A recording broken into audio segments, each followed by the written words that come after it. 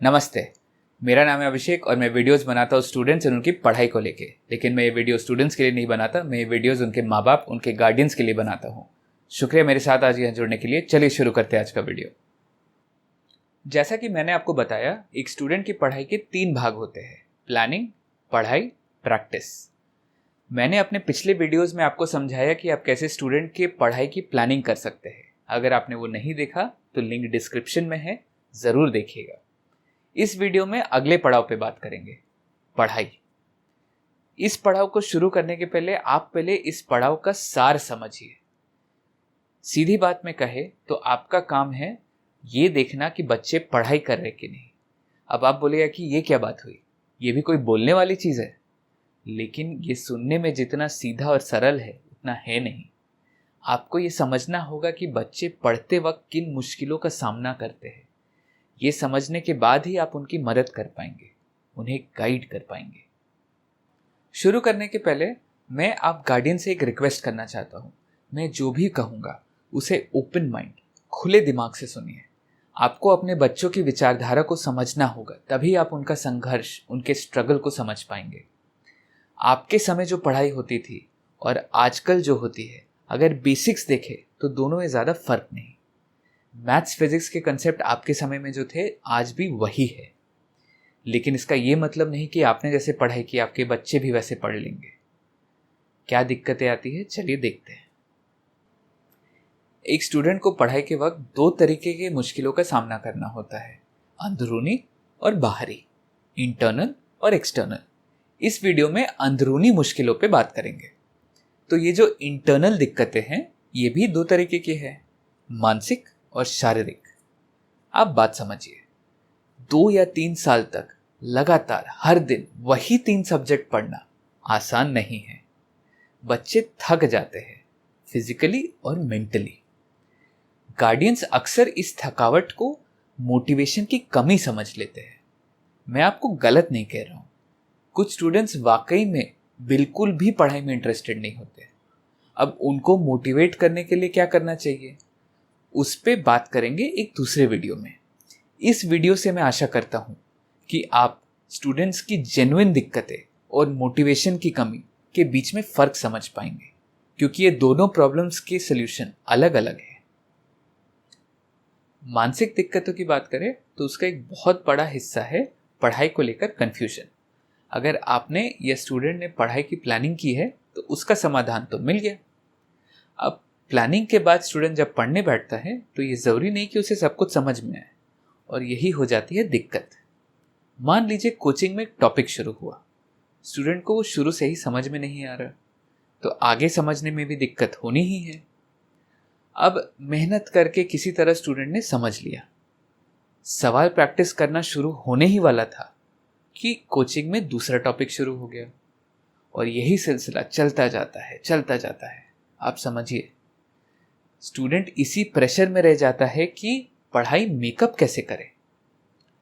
अब अगर प्रैक्टिस नहीं हुई तो एग्ज़ाम में सवाल नहीं बनेंगे, अगर एग्ज़ाम में सवाल नहीं बने तो मार्क्स नहीं आएंगे, और अगर मार्क्स नहीं आए तो माँ बाप से 2 बातें सुननी होंगी। स्टूडेंट मेंटली इतना थक जाता है कि एक समय के बाद वो चाह कर भी नहीं पढ़ पाता, क्योंकि दिमाग में घुसना तो सब बंद। अब मैंने जो उदाहरण दिया उसमें स्टूडेंट को शुरुआत से ही कुछ समझ में नहीं आ रहा। ऐसा भी हो सकता है कि शुरुआत में समझ में आए, आगे जाके समझना बंद हो जाए, या फिर 1-2 दिन के लिए तबीयत खराब हो जाए और स्टूडेंट क्लास के पीछे हो जाए। ऐसे कई कारण हो सकते हैं। 2 साल बहुत लंबा समय है, लेकिन इसका ये मतलब नहीं कि स्टूडेंट ने जो मेहनत की है उसका कोई वैल्यू नहीं। जो बच्चे खुद से अपने आप को इस चक्रव्यूह से निकाल पाते हैं वो टॉपर बन जाते हैं। बाकी बच्चों को अपने माँ बाप के सहारे की ज़रूरत है। आपका काम है ये देखना कि स्टूडेंट को पढ़ाई में क्या दिक्कतें आ रही है। अगर आपने ये सही से भाप लिया तो उन दिक्कतों को दूर करने के लिए आपको क्या करना है ये आप खुद समझ जाइएगा।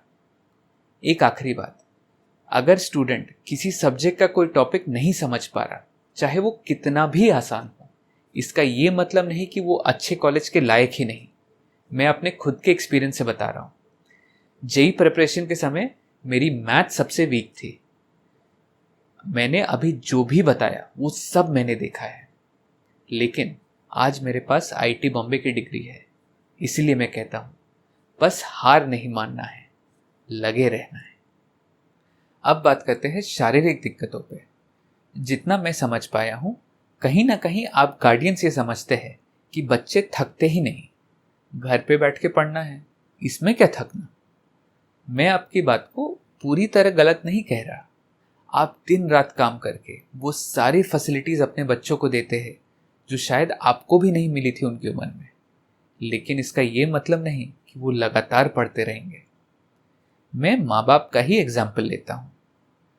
आप सब कहीं ना कहीं काम करते हैं, या तो घर पे या दफ्तर में।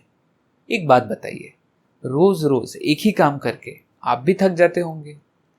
लीव्स अप्लाई करके आप छुट्टियां लेते हैं, घर से कहीं जाके आप अपना मन फ्रेश करते हैं। तो अगर आपने ये अनुभव किया है तो आपके बच्चे किसी दूसरी मिट्टी के तो नहीं बने ना।